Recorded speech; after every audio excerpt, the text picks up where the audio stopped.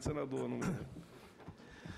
Bom dia a todos. Eu queria inicialmente cumprimentar o senador Paulo Paim, que preside essa importante audiência pública, cumprimentar as entidades e a OAB que tomaram essa iniciativa extremamente oportuna para se debater um tema com forte reflexo sobre o mundo do trabalho, sobre a Previdência Social, num momento de profunda crise por que passa o país. Ficamos perplexos com as medidas provisórias do governo, porque não foi isso que foi sinalizado por ocasião da campanha eleitoral. O discurso era o contrário, de que não haveria mudança em nenhuma hipótese no que diz respeito às relações de trabalho. Isso se dá, senador, num momento preocupante, porque o Brasil passa por um forte ajuste fiscal, né?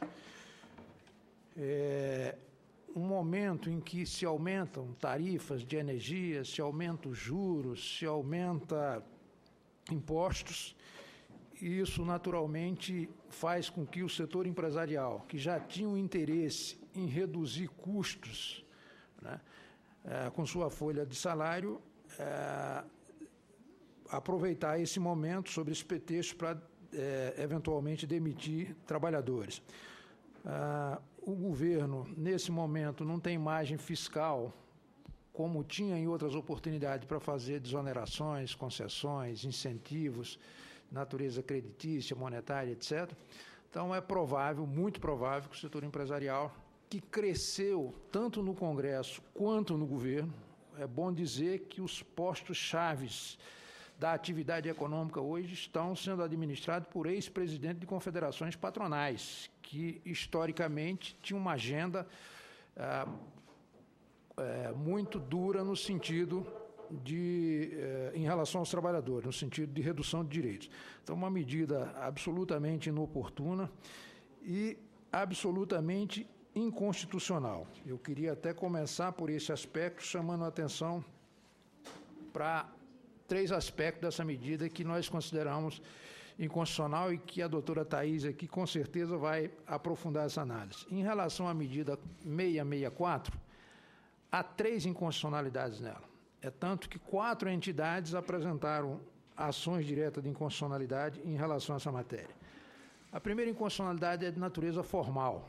O artigo 246 da Constituição diz de forma absolutamente clara que matéria que tenha sido objeto de emenda à Constituição no período de janeiro de 95 a abril de 2001, quando foi promulgada a emenda 32, nesse período, a matéria que foi objeto de mudança na Constituição não pode, nunca mais, ser regulamentada por medida provisória. O governo baixou uma medida provisória tratando de temas da área da Previdência, como auxílio-doença, aposentadoria por invalidez, abonos, etc. Como? Pensão por morte, etc. E então, essa iniciativa é claramente inconstitucional. Aliás, tem precedente.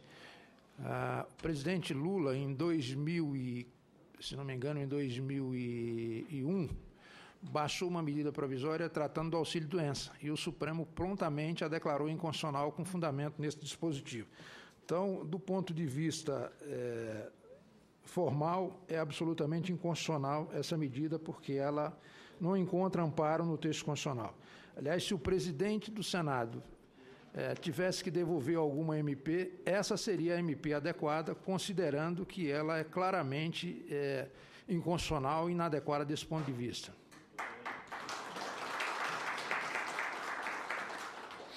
O segundo aspecto diz respeito ao princípio da vedação do retrocesso social, que é uma tese da doutora Thaís, segundo a qual, uma vez obtido um determinado patamar de avanço nos direitos sociais, o seu núcleo central não poderia ser objeto de redução por meio de leis posteriores. É um princípio que a doutora Thaís vai aprofundar aqui. E o terceiro diz respeito à proteção da família, previsto no artigo 226 da Constituição, e que essa medida torna vulnerável a proteção à família, na medida em que reduz direito à pensão do cônjuge dependentes e, com isso, inviabiliza o gozo, né, desse benefício de natureza vitalícia. Então, uma medida provisória que diz respeito às pensões, né, por morte, auxílio-doença e aposentadoria por invalidez, não poderiam, essa 664 não poderia ser baixada em hipótese nenhuma. E com vigência, assim, num período muito curto. Para que a gente tenha ideia aqui, a partir de março, de 2 de março, portanto, já está em vigor, de 2015, a carência da pensão passou de 0 para 24 meses. A partir de 31 de dezembro de 2004, o direito à pensão por morte pela prática de crime doloso, que tenha resultado na morte do segurado, não dá mais direito a nenhum benefício, né? A exclusão, a partir de 15 de janeiro de 2005, do direito à pensão por morte ao cônjuge, companheiro ou companheira, que não tiver união estável ou casamento há pelo menos 24 meses. Isso significa que se um cidadão ou uma cidadã que viver com um companheiro, que não tiver união estável, não for casada, e antes de completar 2 anos dessa relação vier a falecer, a sua cônjuge não terá direito a nenhum centavo de pensão, mesmo que tenha filho. O seu dependente terá, e assim que completar a maioridade, se for menor de 18 anos, se completar a maioridade, encerra-se esse direito. Então, é uma mudança extremamente drástica e violenta desse ponto de vista. Quanto ao valor da pensão, também é uma paulada. Reduz de 100% para 50% o valor da pensão, mais 10% por cada dependente. Como o próprio pensionista é dependente, o limite, não tendo filho, o limite dessa pensão passa a ser de 60%. E a partir dali se acrescenta mais 10% por cada dependente, né? Os menores, quando chegam à maioridade, em lugar de acontecer o que acontecia no passado, antes dessa medida provisória, que o valor que eles recebiam revertiam para o titular da pensão, não há mais essa reversão, quer dizer, esse dinheiro desaparece. Então, supondo que uma família, uma mulher viúva, que recebe 60% do valor da pensão e os filhos recebem os 40% restantes, na medida que esses filhos forem completando a maioridade, esse valor desaparece, quer dizer, ele fica para o Estado, ele não se reverte mais para o pensionista principal. Em relação aos prazos, só terá direito à pensão vitalícia aquele beneficiário que tiver expectativa de vida igual ou inferior a 35 anos. Se tiver mais do que isso, se dará de forma gradual. Outro aspecto extremamente relevante e prejudicial é o que diz respeito àquele que trata pela medida provisória 665, que trata do seguro-desemprego, do abono salarial e do seguro-desemprego para o pescador artesanal. Essa medida provisória tem uma inconstitucionalidade absolutamente clara no que diz respeito ao abono do PIS/PASEP. A Constituição diz claramente que o trabalhador que teve vínculo empregatício no ano anterior, independentemente do período, né, ele terá direito a um abono correspondente a um salário mínimo no ano seguinte. O que faz o governo? Isso não pede regulamentação, não pede absolutamente, não requer nenhum esclarecimento adicional, porque é uma regra claramente autoaplicável. O governo quer fracionar esse abono, reduzindo o seu valor proporcional ao tempo que o cidadão esteve empregado nos 2 anos, no ano anterior.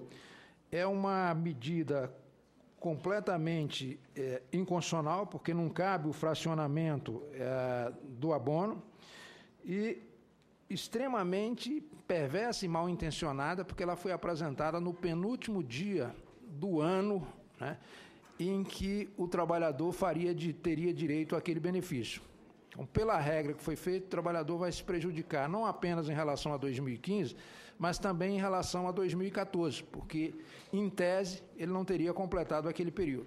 Então, é uma violência, é escolher como variável de ajuste os mais pobres, os mais necessitados, para compor claramente, como diz a exposição de motivos, o superávit primário. Quer se arrecadar com isso, em cima do andar de baixo, dos mais pobres, algo como 18 bilhões de reais.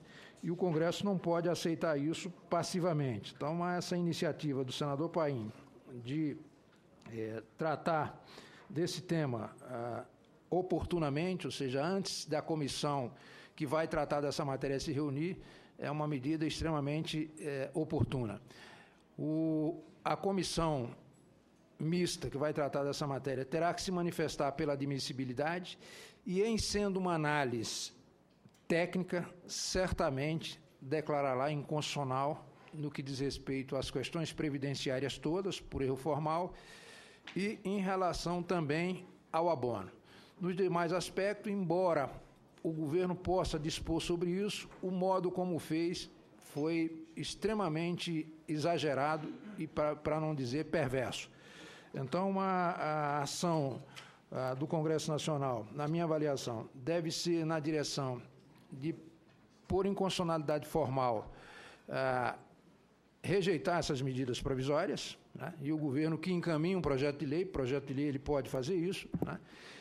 E, em sendo admitida pela comissão, pelo menos amenizar esses efeitos perversos, restabelecendo a justiça social, porque o modo como foi feito está sendo suprimida essa proteção social que o governo tanto alardeou por ocasião da campanha eleitoral.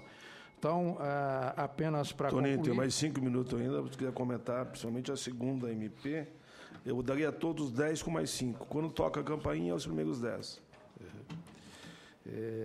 Eu já vou, então, senador, concluir, não vou me alongar, até para dar oportunidade aqui para que explore mais esse aspecto da proteção social à doutora Thaís, e então manifestar aqui, eu trouxe um documento aqui do DIAP, com uma análise dessa medida provisória nos mais vários aspectos, fazendo um pequeno resumo e dando sugestões em relação ao que fazer.